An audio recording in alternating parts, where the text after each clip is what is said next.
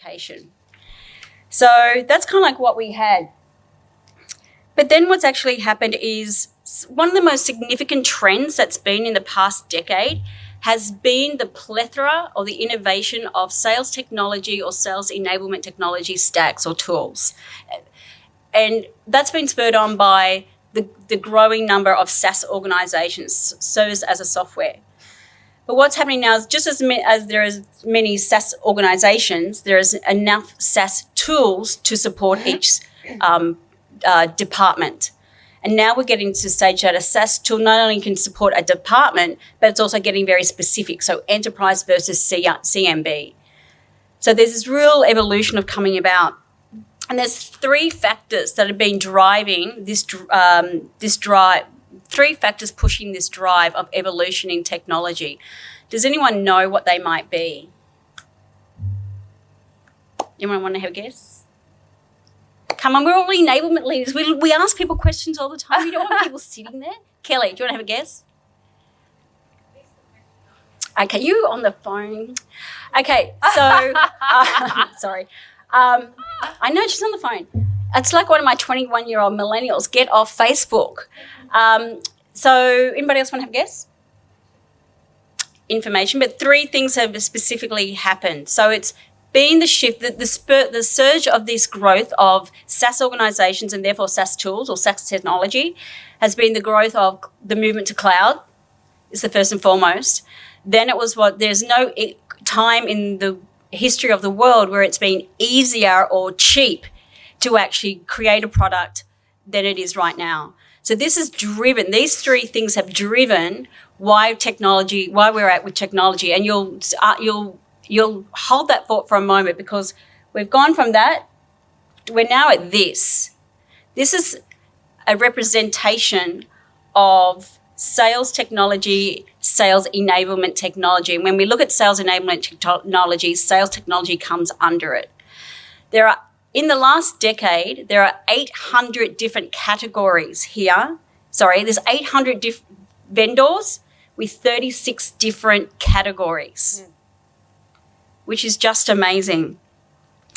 And what's happening with us when we're enablement people or IT people, or the push now is more towards the business who have got budgets, is that we're now going on the third-party website, just like we go on to TripAdvisor or we go on to Yelp or Fork to look at for social reviews for social buying.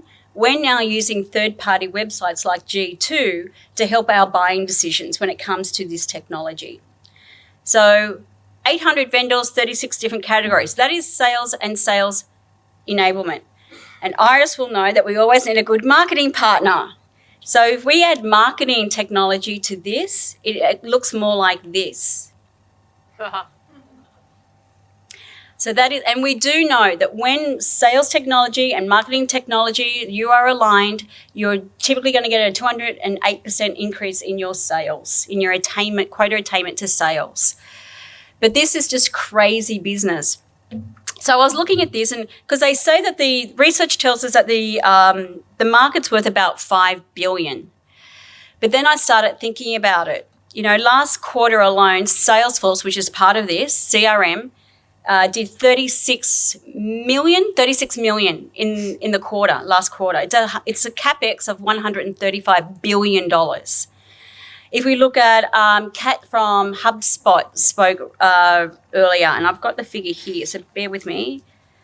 HubSpot, last year, it's 193 last year annually. It's worth $6.1 billion. SalesLoft, does anyone use SalesLoft in the room? Prospecting tool. SalesLoft just raised 70 million and it's Series B, and it's raised 800 million overall. So there's a lot of venture capitalist money going into this technology, which is driving the SaaS, which is driving all this technology that we've got. Mark Anderson from Anderson and Horowitz, one of the large venture capital firms out of Silicon Valley, has an assertion that software is eating the world. And when you look at an image like this, you go, yep, he's pretty well on the money. Any questions on this? So we've got all these stacks too that we want to, we've got the wonderful thing to select from, but which goes where? So sales stacks go into 8 different categories. I mean, we're all probably familiar with CRM. I'm assuming everyone's organisation in this room has a CRM. You've got an LMS, your learning management. Everyone's familiar with that. Some of these overlap. The miscellaneous is things like what Kat called out. I'm using a lot more chatbots and through Slack, so that's my miscellaneous. Sales reinforcement and sales learning, they're things like your sales hoods or MindTickle. So they're specifically how they differ. I mean, they do differ specifically from a LMS system, but they're more about that micro learning and then the just-in-time learning that you're connecting through your sales process. Then you've got your sales coaching tools, your sales and coaching stacks, your sales asset management and your sales productivity, and then you've got your sales readiness. So sales readiness is more about that onboarding process, and we've got Onboarder is another new technology that's out there. So there's a lot of different there's 8 different categories, and there's a lot of tech to go into those. And I think sometimes, again, as I mentioned before, that we can go in and sometimes we can get budget, or if we're not aligned with the stakeholders, then we may be at risk of getting the wrong, we either buy too much or we buy the wrong thing and it's not taken up by the field. So one of the things that I learned in terms of being able to decide which category or which piece of technology I need is looking at, what's the maturity? Where is my enablement, or where's my organisation at? And, very much coming into Uber Eats, again, I'm the initial individual contributor. So I'm very much in that startup. And I find it amazing that I work for one of the world's most innovative tech companies, but our tech internally is really quite clunky. And it's absolutely mind-blowing. At LinkedIn, we were pretty good. We were pretty well ahead of the curve in terms of our tech. But, I'll be honest with you, my enablement tool at the moment is a private YouTube channel that we're all commenting on. And that's really it. That's my start. So I've got budget to go out and buy things, but I'm holding that budget till I really am at a place where we are more mature as an organisation. So it's kind of like, if I looked at the hands in the room, raise your hand if you would say you're at the startup stage. Okay, cool. And the growth stage? Got 1, got 2, maybe 1.5. And who's at the enterprise stage? Okay, so overall we've actually got more, those that raise their hands, we've got more at the startup stage. So again, this is the way. So I look at, where am I at? This is a enablement process map. And again, it's about looking at the maturity. Where are we at? Where is your business and your enablement function? And if anyone's similar to me, you're the first person in, an individual contributor, you may have a very small team. So in order to read this, what we need to be able to do is go from the left and across to the right. So you very early is go to market, you've got metrics and KPIs. You may have some sales motions.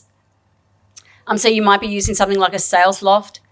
You've got your pitch and product. So it pretty well reads itself. And obviously this shows a whole full-scale maturity. This is not mine. This actually comes from Eli Cohen, who was the Executive Vice President for Sales Enablement out of Salesforce, and really grew that organisation and now has his own enablement company called Sales Hood. Like Kelly, I know really is fond of Tamara. Eli has been really taking me under his wing and just an incredible person to learn from.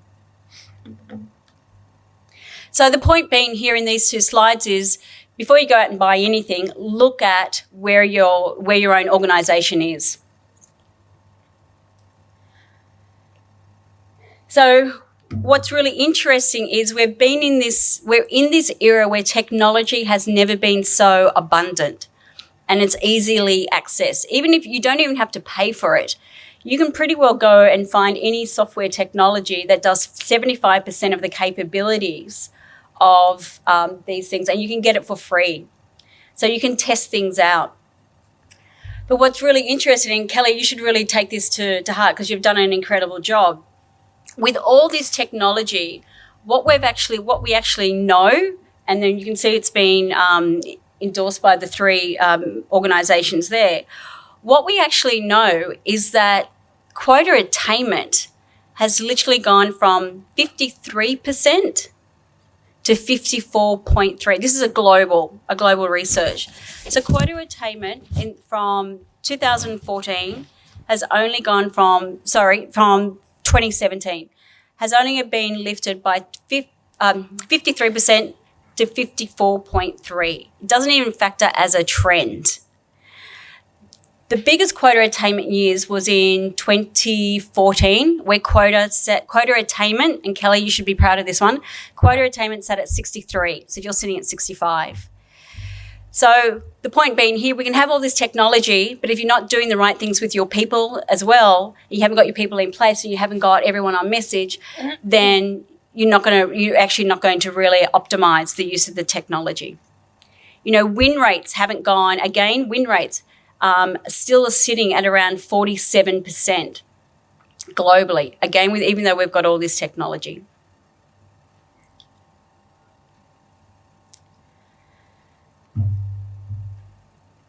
And then different people measure different things. I'm sure you've probably got some. These are just some of the things that I look towards when I'm in that more mature state. At the moment, all I'm looking at changing behaviour.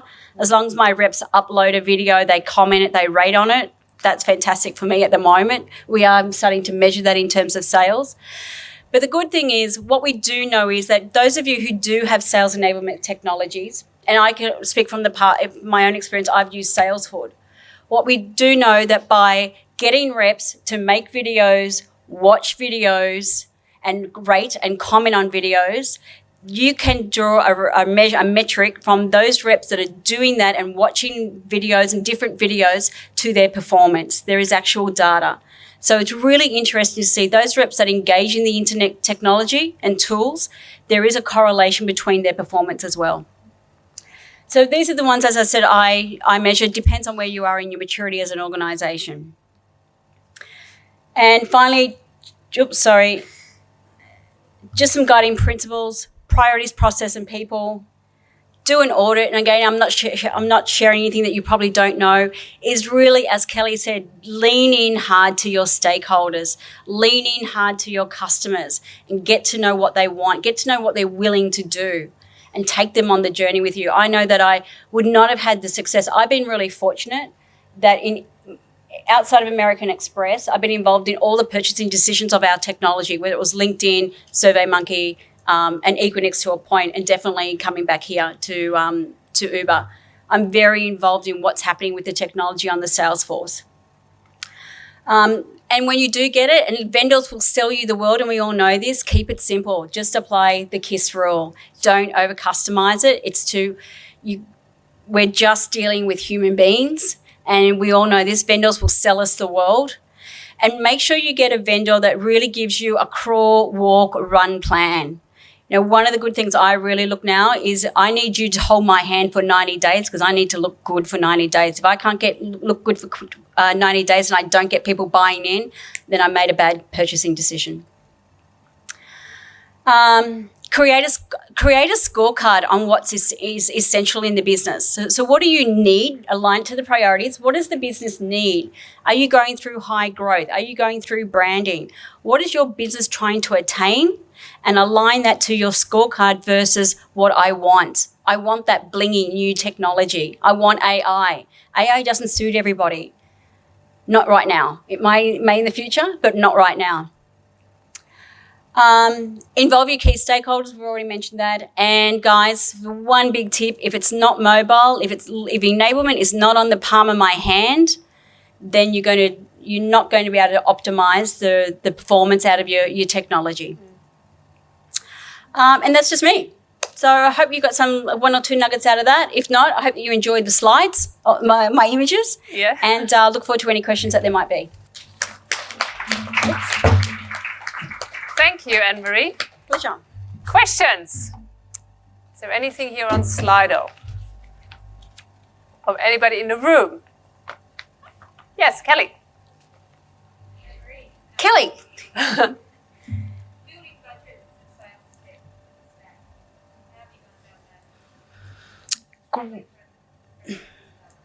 Great question. So when probably in initial individual contributor, there is none. So you've really got to be able to identify. What I've always done is identify the priorities and being able to get my leadership team to buy up on the metrics. So if I move those metrics, I get budget. And I've worked really, really hard in the first 6 months, like I'm doing right now, to be able to get that. And then again, I just follow what I've just shared. But really, it's just in any organisations I've walked in, I've had absolutely no budget, and I've been the individual contributor. And you know what happens with enablement? We want you to do everything.